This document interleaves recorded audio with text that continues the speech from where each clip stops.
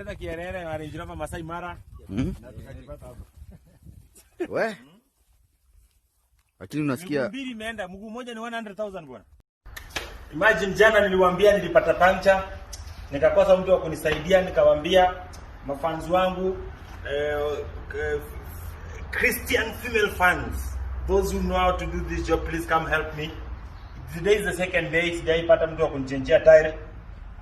So please, kama unajua kubadilisha mguu, unajua wasichana siku hizi wanajua kazi nyingi na umeokoka. Mimi sitaki ichalia kuja kubadilisha, wanaweza kuja kuiba baadaye. So please kama unisaidie. Today is the second day. Sijaipata mtu wa kunitengenezea hii pancha. Leo ni siku ya 3. Nashukuru Mungu, nimeomba sana. It's taken a long time. Na sasa I thank God. Help is on the way. Sitawaambia ni nani. Akifika tutapiga picha akichange mguu na nitapost.